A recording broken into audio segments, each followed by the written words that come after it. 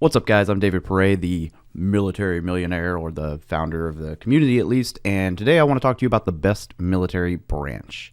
And the reason I want to do this is because I get asked all the time what branch someone should join or should not join in the military, and I believe that's very subjective, but it's also going to come down mostly to your personality and what personality branch fits you the best. So I'm going to kind of walk through some tangible differences and then some of the intangible things that actually should be the main reason you make this decision. So I hope this helps you choose the best military branch for you because, not everyone needs to be a Marine. Not everyone needs to be an airman.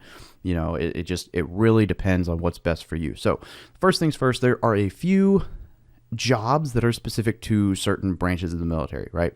Obviously, like the special forces, right? The special forces are different in every branch. You've got Navy SEALs, Green Berets, you got combat controllers and PJs. You've got MARSOC. You've got I don't know if Space Force or Coast Guard has any National Guard. They kind of all seem to think they're special forces.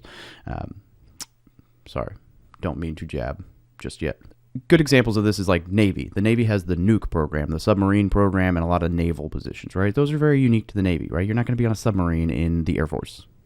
And you're probably not going to be a nuke program in the Marine Corps. And so the cool thing with that is like the nuke programs and submarine programs, those guys get some pretty crazy bonuses. So, there's a little bit of money in it to be in those programs because, not everybody wants to live in a tin can underwater.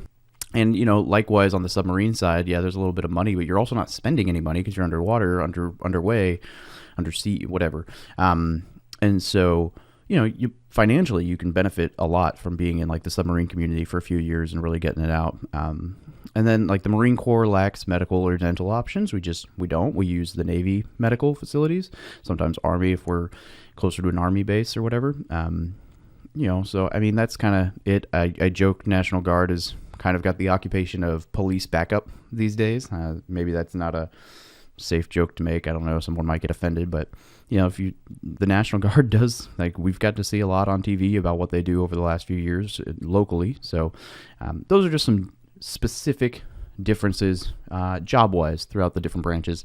As far as benefits go, there's a whole lot of misnomers out there about this, but they're the same. Right? Your benefits are the same no matter what branch of service you're in. The Air Force doesn't get paid more than the Marine Corps. The Army doesn't get paid less than the Navy. Like, you get paid the same. TSP is the same. VA loans the same. Medical benefits are the same. Dental benefits are the same. Everything's the same. The only difference is more job specific. Like, if you're in the Navy and you're underway on a ship, you'll get some hazard duty if you're in the right area and stuff like that, some pay. Or, if you're in the Marine Corps and you're jump certified, you'll get a little bit extra pay for being jump qualified. There's some differences like that, but that's more or less like small nuances, job specific, not branch specific. No branch, like all the benefits across the board are the same for all the branches of the military. I guess with the exception of being like the National Guard or like the other guards or the reserves, there are some differences on the reserve side of the house that there wouldn't necessarily be on the normal active duty side. Just some nuanced differences there, but the benefits are the same. And the benefits are the same, and the benefits are the same. I'm just going to keep repeating that because, oh my gosh, the number of times I got that question on recruiting duty from people thinking the Army or the Air Force got paid more than the Marine Corps. Like, just simply not true. All right. Now, after you consider these things, the real difference in the branches of the military is their personality, right? And so you need to determine which branch is going to fit you the best. So I'm going to kind of go through what I think is the personality of each branch of the military, and if it fits you, great. And hopefully this helps a little bit. And then at the end, I'll just kind of talk through some of the decision-making factors I had and some other kind of decisions. So the Navy, they're more laid back. They're still fun. Navy personality is mostly that of like an easygoing sailor mentality. Like, they're fairly laid back, fairly easygoing. You get to travel a lot. Pretty cool people.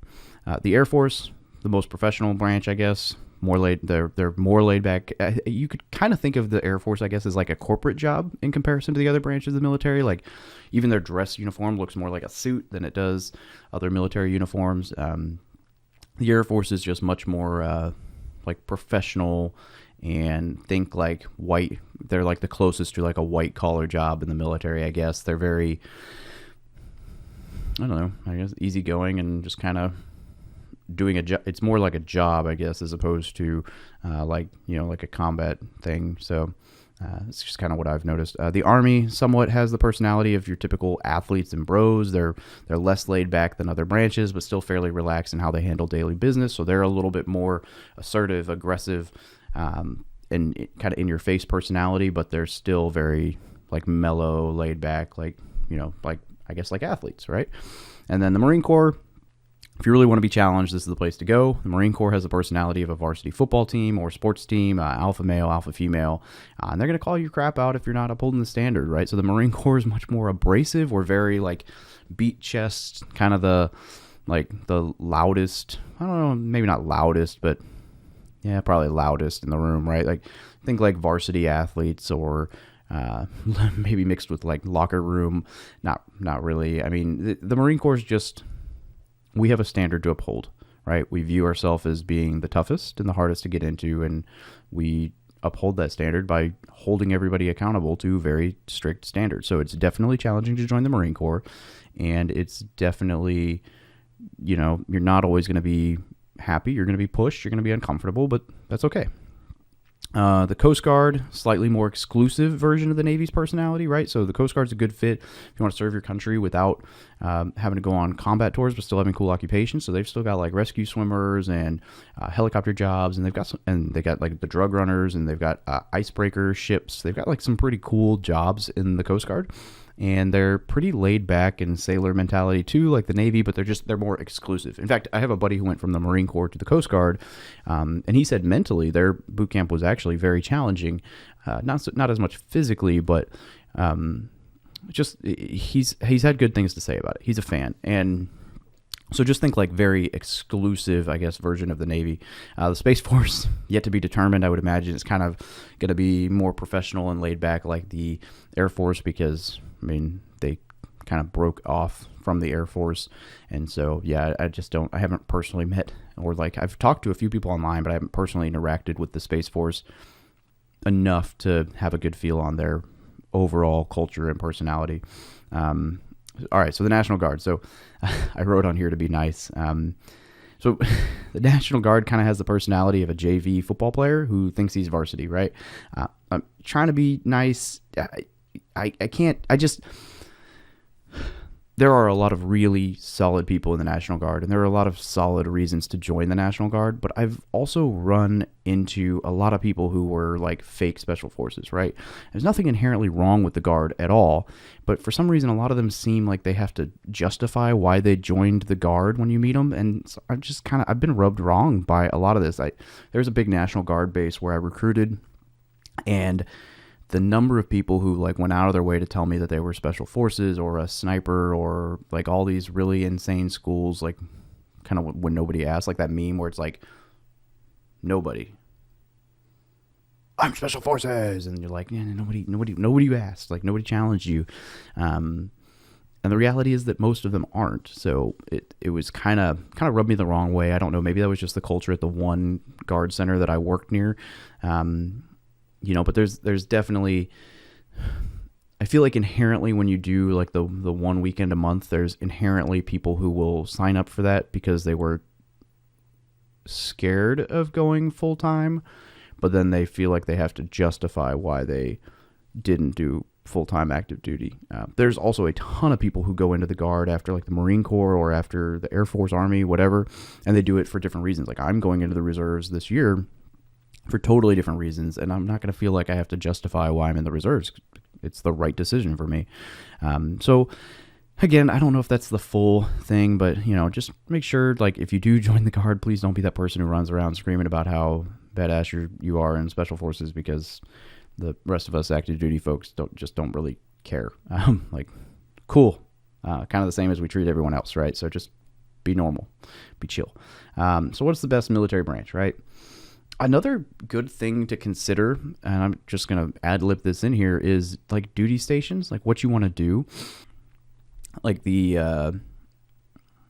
let's say the Army. The Army has a lot of bases in places like Oklahoma, Texas, Georgia. There's a lot of like in the middle of the country bases, some of which are cool, some of which are pretty boring, right? Like Fort Sill, Oklahoma, probably not that exciting. Fort Leonard Wood, Missouri, probably not that exciting. The Navy, obviously, all their major bases are on coastal cities, so that's cool because you get to be on the coast. Marine Corps is very much the same. We have the one base, 29 Palms, which is a training base, but then we've got Camp Pendleton, San Diego, K-Bay, Hawaii, Okinawa, Japan, and then Camp Lejeune, which is on the coast, on the East Coast. Those are the main installations for us. We don't have as much in Europe.